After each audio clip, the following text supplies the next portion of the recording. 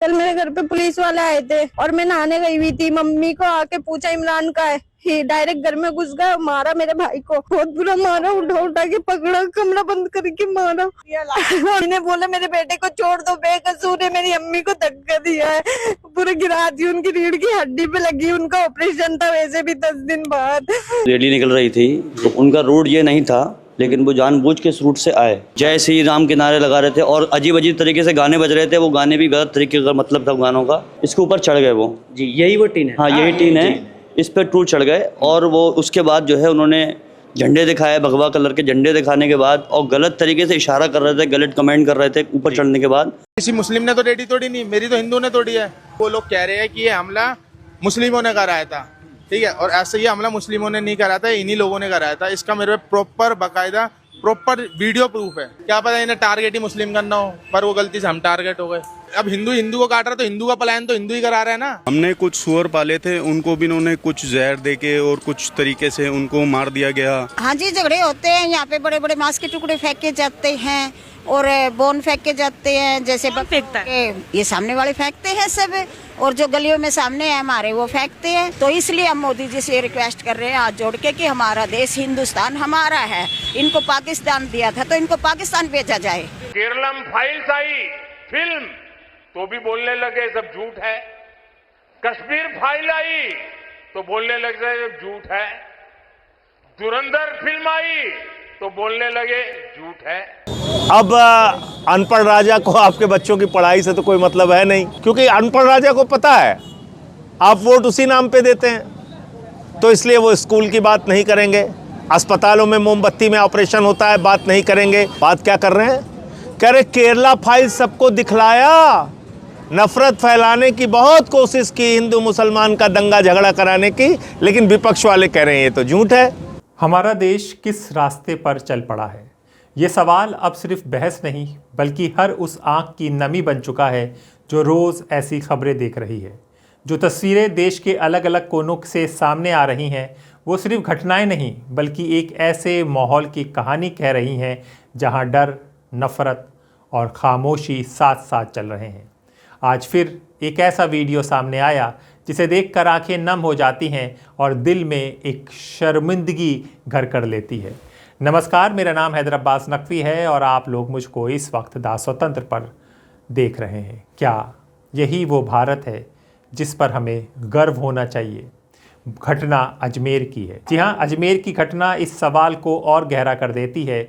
एक मुस्लिम परिवार ने पुलिस पर बर्बरता के गंभीर आरोप लगाए। कल मेरे घर पे पुलिस वाले आए थे, बहुत सारे थे, एक वर्दी में थे, बाकी सब बिना वर्दी के थे, और मैं नहाने गई हुई थी। मम्मी को आके पूछा इमरान का है, ही डायरेक्ट घर में घुस गया, मारा मेरे भाई को, बहुत बुरा मारा, उठा उठा के पकड़ा, कमरा बंद करके मारा। पूछा सर क्यों मार रहे हो, क्या बात है? तो कह रहा हमारे पास प्रूफ है, हम मारेंगे हम मारेंगे। मैंने बोला प्रूफ तो दिखाओ, क्या प्रूफ है? मेरे भाई सुबह जाते हैं 8 बजे, रात को 1 बजे 12 बजे काम पे से आते हैं, मेरे पापा भी नहीं है, और दोनों को गिरफ्तार करे, झूठे झूठे इल्जाम लगा रहे। मैंने बोला मेरे बेटे को छोड़ दो, बेकसूर है। मेरी अम्मी को धक्का दिया है, पूरे गिरा दी, उनकी रीढ़ की हड्डी पे लगी, उनका ऑपरेशन था वैसे भी 10 दिन बाद। तो बस कुछ भी नहीं कर रहे। और यहाँ की पुलिस बोल रही है जयपुर का कैसे हम नहीं लेंगे। मेरे साथ बदतमीजी की, मेरी इज्जत पे हाथ डाला, मेरे भाई को बेकसूर को मारा।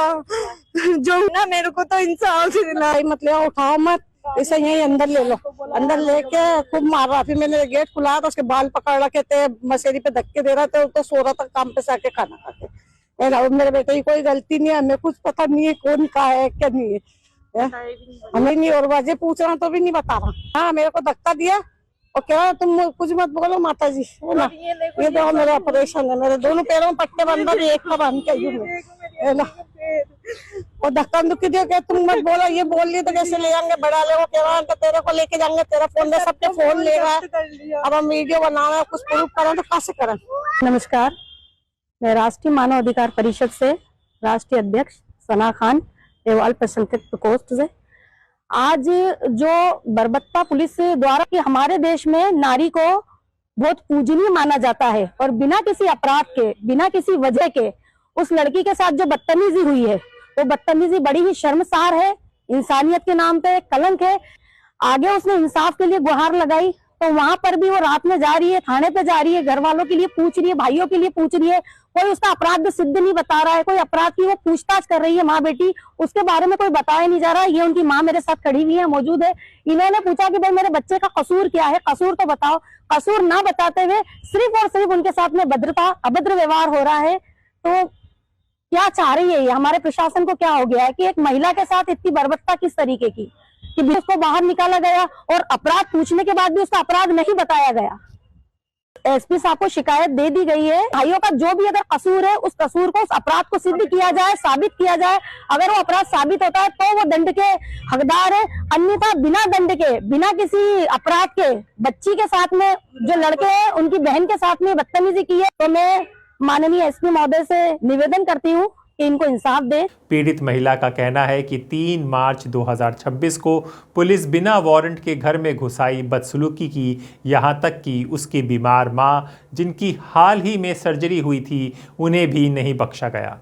आरोप ये भी है कि इज्जत पर हाथ डाला गया और बेटे बहू को अवैध हिरासत में लेकर बेरहमी से पीटा गया। सवाल ये है कि अगर कानून के रखवाले ही कटघरे में खड़े हों तो आम नागरिक किससे इंसाफ की उम्मीद करे। अब दिल्ली के तुगलकाबाद, जी हाँ, दिल्ली के तुगलकाबाद में हनुमान जन्मोत्सव की शोभा यात्रा के दौरान मस्जिद पर चढ़कर भगवा झंडा लगाने और हुड़दंग करने की घटना ने भी सवाल खड़े किए। स्थानीय लोगों का दावा है कि बिना अनुमति के यात्रा निकाली गई, जानबूझकर मस्जिद की ओर मोड़ी गई और ये कोई पहली बार नहीं। रमज़ान, होली जैसे मौक़ों पर भी ऐसी घटनाएं दोहराई जाती रही हैं। लगभग 2 तारीख को दोपहर को 12 साढ़े 12 के लमसम जी कुछ लोग यहाँ पर जो रैली निकल रही थी, तो उनका रूट ये नहीं था, लेकिन वो जानबूझ के इस रूट से आए जी। और इस रूट के आने के बाद और जो है कम से कम होंगे 100 लोगों के लमसम होंगे वो जी। और गाड़ियाँ थी, 4 व्हीलर गाड़ी थी, ई-रिक्शे वगैरह थे, बाइक से थे वो जी। और नारे लगाते हुए जा रहे थे वो, जय श्री राम के नारे लगा रहे थे और अजीब अजीब तरीके से गाने बज रहे थे। वो गाने भी गलत तरीके का मतलब था गानों का जी। बहरहाल यहाँ तक कि फिर वो इस मस्जिद की टीन में, आप दिखाओ कैमरे से, इसके ऊपर चढ़ गए वो जी। यही वो टीन है? हाँ, यही टीन है। इस पर टूट चढ़ गए और वो उसके बाद जो है उन्होंने झंडे दिखाए, भगवा कलर के झंडे दिखाने के बाद, और गलत तरीके से इशारा कर रहे थे, गलत कमेंट कर रहे थे ऊपर चढ़ने के बाद, और नारे लगा रहे थे बहुत सारे जी। उसके बाद यहाँ पर एक पाल में ये स्कूल है छोटे बच्चों का, उसकी टीचर ने उनको रोका भी कि यहाँ बच्चे पढ़ते हैं, बच्चों को तकलीफ हो रही है और तकलीफ हो रही है बच्चों को, आप ऐसा मत करो। लेकिन उनसे भी बदतमीजी उन्होंने करी और भी हमारी बहनों ने यहाँ रोका और भी लोगों ने रोका, उनके साथ गालियाँ दी और उनको जो है कहा। फिर इन्होंने कहा हम पुलिस को बुलाएंगे, उन्होंने कहा बुलाओ पुलिस को, हम देख लेंगे, पुलिस को भी देख लेंगे हम जी। ऐसे कहा इन्होंने। इस रैली की कोई परमिशन नहीं ली गई थी जी निकालने की जी, खुसूसन इधर से जी, ठीक है। उसके बावजूद यहाँ कोई उनके साथ कोई पुलिस नहीं थी, कोई एक पुलिस वाला नहीं था उनके साथ जी। फिर हम लोगों ने, हमारे जो यहाँ के जो लोग हैं उन्होंने फ़ोन करके पुलिस वालों को बुलाया। 20-25 मिनट में सारी पुलिस यहाँ पे आ गई थी। 20-25 मिनट? हाँ, एसपी साहब भी आए थे, एसएचओ साहब भी आए 2 थानों के, वो भी आए हुए थे और कम से कम 60-70 पुलिस वाले आ गए थे जी। और उस टाइम कंट्रोल हो गया था जी। पुलिस वाले फ़ौरन आ गए थे, ऐसी बात नहीं है, फ़ौरन आ गए थे पुलिस वाले। अच्छा, यहाँ पर असल में तुगलकाबाद गांव की बताऊँ, 47 से ये हमारे यहाँ पर लोग रह रहे हैं, उससे पहले से भी रह रहे हैं, कभी ऐसा कुछ नहीं हुआ जी। आपस में मोहब्बत प्यार से लोग रह रहे हैं। आप बगल में मंदिर भी है और पंडित जी हैं, हमारे मौलवी साहब, इमाम साहब हैं, इनसे मोहब्बत दोस्ती भी है, अच्छे तरीके से सब रहते हैं, कोई दिक्कत नहीं हुई यहाँ पर। लेकिन कुछ ऐसे लोग हैं जो बेअकल लोग हैं, नए नए लोग हैं, वो इससे पहले भी रमज़ान के महीने में भी गलत कमेंट किया था वीडियो बनाकर, और इससे पहले भी होली के टाइम पर या और भी कई तरह पर हम परेशान करते रहते हैं। वो अक्सर हमेशा का उनका है, हमेशा का है। क्या ये आस्था है या सुनियोजित उकसावा?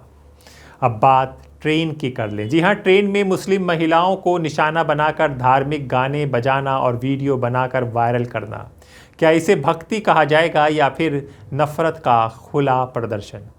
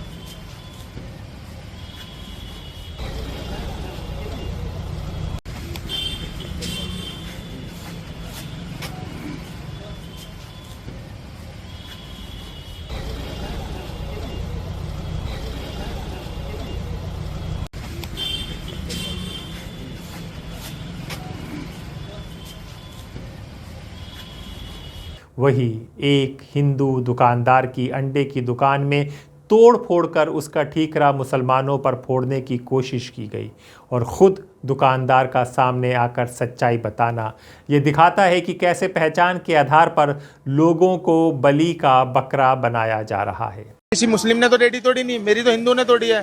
वो लोग कह रहे हैं कि ये हमला मुस्लिमों ने कराया था, ठीक है, और ऐसे ये हमला मुस्लिमों ने नहीं कराया था, इन्हीं लोगों ने कराया था। इसका मेरे पे प्रॉपर बाकायदा प्रॉपर वीडियो प्रूफ है। मैं तो खुला कह रहा हूँ, क्या पता इन्हें टारगेट ही मुस्लिम करना हो, पर वो गलती से हम टारगेट हो गए।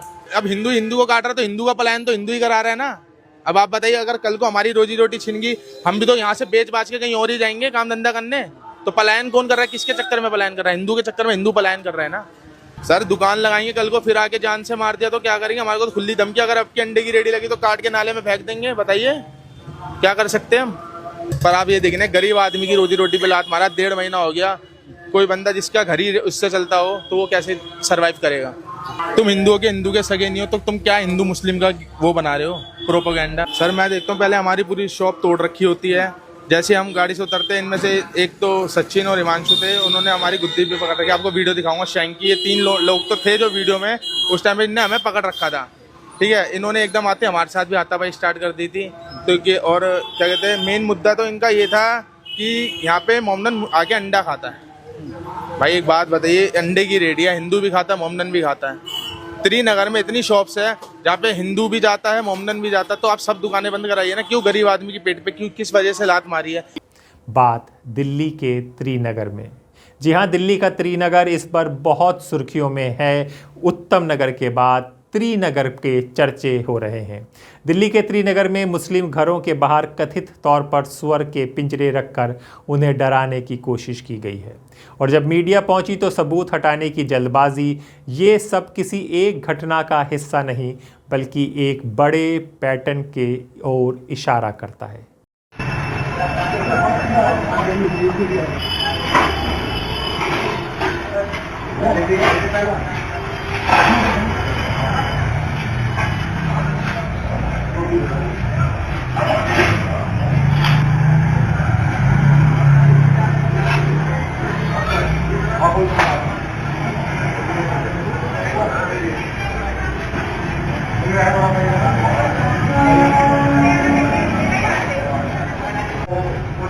सामाजिक तत्व के तरीके के कुछ लोग हैं जो कि हमें इनके पशुपालन से मतलब मना किया जाता है कि इन्हें ना रखा जाए, इन्हें ना पाला जाए, इन्हें खाना ना दिया जाए।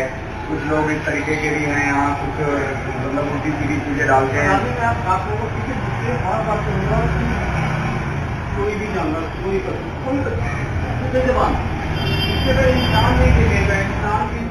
एक्शन इतना होता नहीं है। हमारी लगातार कंप्लेंट एमसीडी और दिल्ली पुलिस दोनों जगह जा रही है, लेकिन उसके बाद भी कोई प्रशासन की तरफ से अभी तक कोई एक्शन नहीं हुआ है। हमारे बच्चों को डेली परेशान करा जा रहा है। अभी थोड़े दिन पहले, 1 हफ्ते 10 दिन पहले भी यहाँ से 3 नौजवान युवक ये बोलते हुए निकले कि ये मंदिर में बुलडोजर से तोड़वाऊंगा। तो मतलब इतनी नफरत, इतनी हिंदुओं से चिड़न क्यों है? और तरुण हत्याकांड को देख के भी लोगों में, जो हमारे सर्कुलर हिंदू है, उनको भी जागना चाहिए कि किस तरीके से हमें आज हमारे ही इलाके में परेशान करा जा रहा है। हमें हमारे घर छोड़ने के लिए, हमारे घर बेचने के लिए हमें मजबूर करा जा रहा है, जो कि हमारा हिंदू बहुल इलाका है। उसके बाद भी हमें परेशान कर रहे हैं। हमने कुछ सुअर पाले थे, उनको भी इन्होंने कुछ जहर देके और कुछ तरीके से उनको मार दिया गया। तो मतलब अननेसेसरी हम हिंदुओं को टारगेट करा जा रहा है आज के टाइम में पूरे हिंदुस्तान में। आप ये देखिए कि इनकी इतनी मानसिकता ख़राब है कि जब हिंदू और इंडिया और पाकिस्तान के मैच में जब पाकिस्तान जीता है तो ये लोग पटाखे फोड़ते हैं आज देश में। तो हम उनको क्या समझे कि वो किस तरीके की भावना रखते हैं। आज कहीं पे वंदे मातरम होता है या भारत माता की जय बोलना होता है, वो भी नहीं बोल रहे। उससे उनको क्या विरोध है? चलो एक बारी को हिंदू मुसलमान का विरोध है, लेकिन हिंदुस्तानी सोच से विरोध। हाँ जी, झगड़े होते हैं यहाँ पे। बड़े बड़े मांस के टुकड़े फेंके जाते हैं और बोन फेंके जाते हैं। जैसे फेंकता है, ये सामने वाले फेंकते हैं सब, और जो गलियों में सामने है हमारे वो फेंकते हैं सारे इतने बड़े बड़े मांस के टुकड़े। क्योंकि हम भाग जाएं परेशान होकर, क्यों हम गंदगी में नहीं रह सकते, और ये गंदगी रहने का इनको आदत होती है। ये खाते हैं, काटते हैं, बकरे मुर्गे काटते हैं, मछलियाँ काटते हैं और ये खाते भी हैं। हम लोग तो नहीं बर्दाश्त कर सकते ये चीज़। हम तो अंडे के भी हाथ नहीं छूना, वो है हमारे लिए तो अपराध है। तो ऐसे कैसे हम लोग हिंदू रह सकते हैं? हिंदुस्तान में हिंदू सेफ नहीं है। तो कहाँ जाए? अब मोदी जी से, योगी जी से यही पूछ रहे हैं, भाई हमें बताओ हम हिंदुस्तान से कहाँ जाए? हम 60-70% भी नहीं रहे हैं, अब हम 80% है। अभी नहीं है, 70% हो चुके हैं। तो इनका राज चल रहा है सारे को। अब उधर से भाग के आए हैं, चांद चौक से भाग के आए, पता नहीं कहाँ कहाँ से हम हिंदू भाग रहे हैं। कब तक भागते रहेंगे? एक इकलौता देश हमारे पास है। इन्होंने ऐसे कब्जा कर करके 30-40 बच्चे पैदा करके 4-5 शादियाँ करके ये तो गैदरिंग बढ़ा रहे हैं, भाई इनका राज हो जाए। हम लोगों में तो एक बच्चा होता है, पहले 2 होते थे, अब तो 1 रह गया। तो हम इनकी तरह गैदरिंग नहीं बढ़ाएं तो हमारी तो मेजोरिटी कम है, तो इनका मुकाबला तो कोई भी नहीं कर सकता। नाम गंद खाते, नाम रोजे रखते हैं 40 दिन के, तो ये बकरे काटते देते हैं, रोते हुए भी लगते हुए बकरों को काट देते हैं। सिर्फ मुसलमान ही नॉनवेज खाते, हिंदू नहीं खाते नॉनवेज, है ना? हिंदू तो अंडे के भी हाथ नहीं लगाता, हम तो प्याज भी नहीं खाना पसंद करते। तो हम इन लोगों के गंदगी के अंदर कैसे रहे? हम तो मोदी जी से रिक्वेस्ट कर रहे हैं, हमारा हिंदुस्तान है, हम इसमें सेफ नहीं है, तो हमारे लिए कोई इंतजाम करे। हमारा हिंदुस्तान हमारा अकेलों का होना चाहिए, और मुसलमानों को पाकिस्तान मिला था, इनको पाकिस्तान भेजा जाए, और ना ये हमारे इलाके में एक भी मकान खरीद सके, और ना ये बहिष्कार कर देना चाहिए मुसलमानों। बहिष्कार कर देना चाहिए, बिल्कुल साफ सुथरा 100% कर देना चाहिए। हम इस गंदगी में नहीं रह सकते, क्योंकि ये सारा दिन भर की चर्या का खाना पीना, सारा कूड़ा, लेडीज गंदे कपड़े, बकरों के बोन है, मांस के टुकड़े हैं, और मुर्गों के बोन है, सारे हमारे घर के आगे डाल देते हैं। 12 बजे हम लाइट बंद करते हैं सोने के लिए, तो सारे कट्टे भर भर के और ऐसे फैला देते हैं। फिर उसको कुत्ते आते हैं, वो उसको सारे घरों में ले लेके घुसते हैं, और कौवे उठाते हैं हमारे बाजरे में डाल देते हैं। कौवों के लिए, कबूतरे के लिए बाजरा डालते हैं, हम लोग पानी रखते हैं, तो कौवे उठा उठा के मांस के टुकड़े उसमें डाल देते हैं। तो हम लोग इतनी गंदगी में नहीं रह सकते, हम तो पूजा पाठी लोग हैं। तो इसलिए हम मोदी जी से रिक्वेस्ट कर रहे हैं हाथ जोड़ के कि हमारा देश हिंदुस्तान हमारा है। इनको पाकिस्तान दिया था, तो इनको पाकिस्तान भेजा जाए। गालियाँ ऐसी देते हैं कि हमारे घर तक में वहाँ जाती हैं। हम बच्चे को कितना कहेंगे, बच्चों अपना कान बंद कर लो या कुछ है। हम रहना बहुत मुश्किल हो गया, पीने खाने वाले के हिसाब से समझ लो, चाहे इतनी गंदी गंदी गाली कि रहना भी मतलब मुश्किल है। हमने ये भी सुना है कि इनकी जो 2 बहुएं हैं, दोनों बहुएं हिंदू है। अच्छा, मुसलमानों के घर हिंदू बहू है। अब लव जिहाद का भी हमें चक्कर लग रहा है इनका, और काम ने आवाज उठाई इसके खिलाफ? हाँ। नहीं, हमें अभी पता लगा है, अभी 2-4 दिन से ही पता लगा है। अब वो बात उठानी तो पड़ेगा। तो फिर हमारी हम हनुमान चालीसा या भजन करते हैं, कीर्तन करते हैं, तो इनको क्यों वही आता है भाई है? उसके लिए पुलिस बुला लेते हैं ये फट से, और पुलिस आ भी जाती है। जी हाँ, एक बड़ा पैटर्न।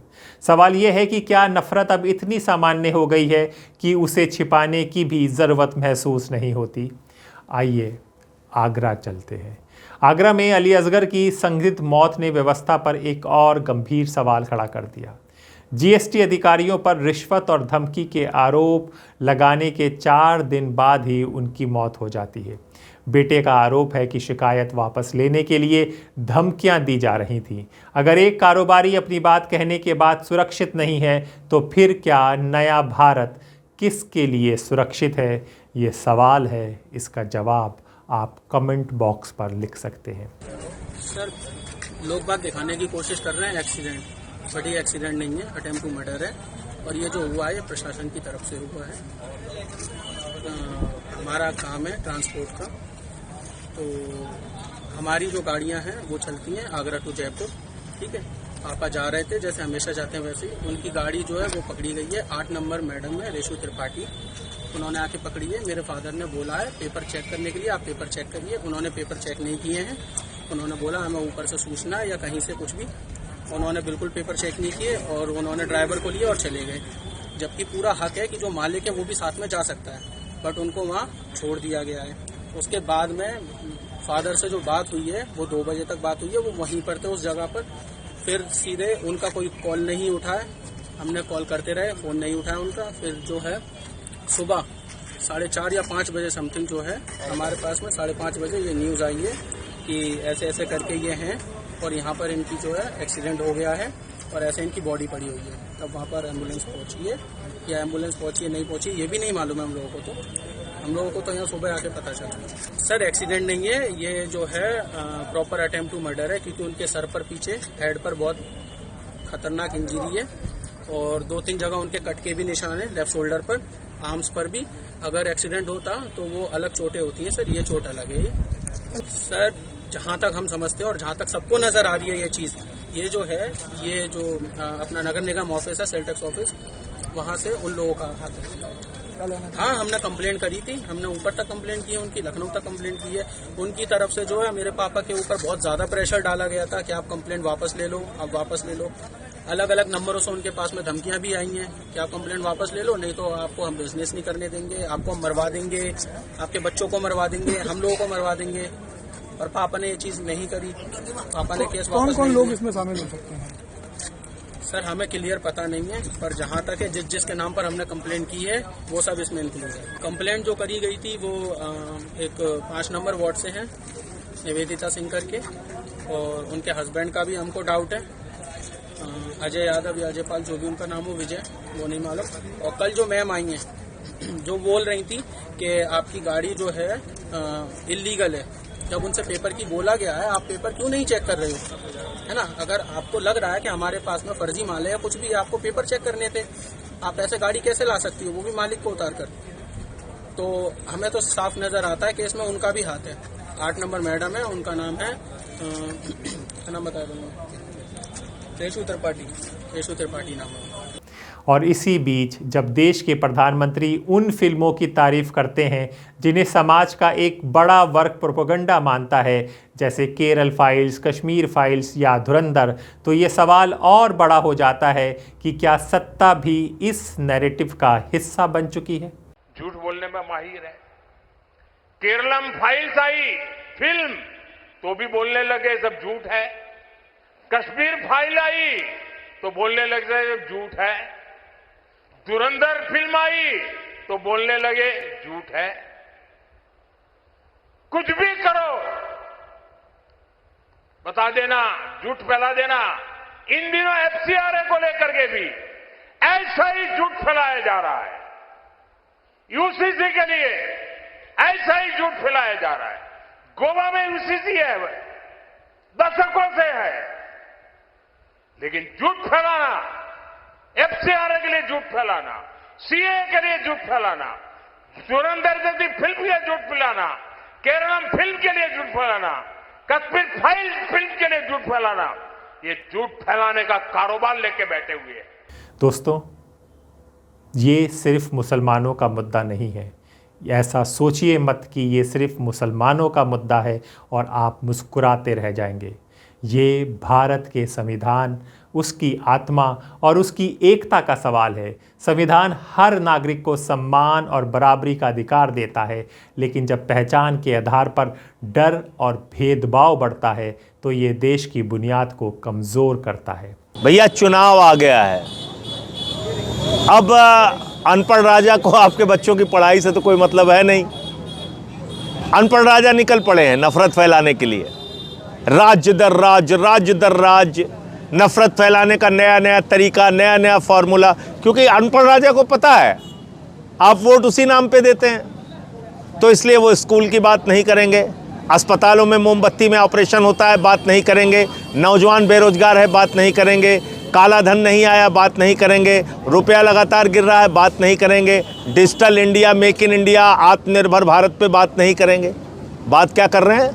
कह रहे केरला फाइल सबको दिखलाया, नफरत फैलाने की बहुत कोशिश की, हिंदू मुसलमान का दंगा झगड़ा कराने की, लेकिन विपक्ष वाले कह रहे हैं ये तो झूठ है। ये भाषण दिया केरल में मोदी जी ने।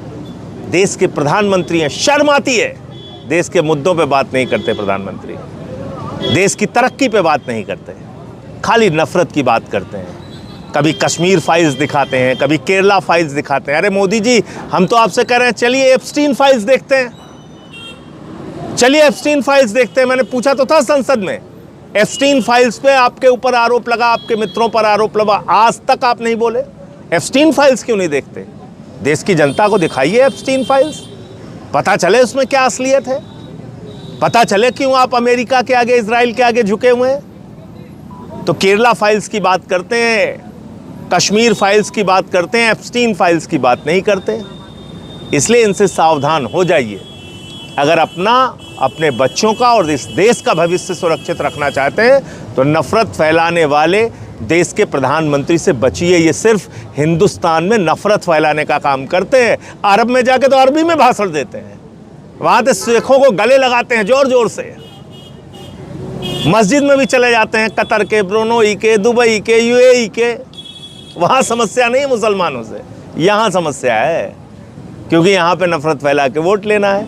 तो ये नफरत फैलाओ और राज करो वाले लोगों से, इस पार्टी से सावधान हो जाइए। जय हिंद। आज ज़रूरत है कि कानून अपना काम करे, प्रशासन निष्पक्ष बने और समाज खुद से ये सवाल पूछे, क्या हम नफ़रत के साथ आगे बढ़ना चाहते हैं या उस भारत को बचाना चाहते हैं जो विविधता में एकता की मिसाल रहा है।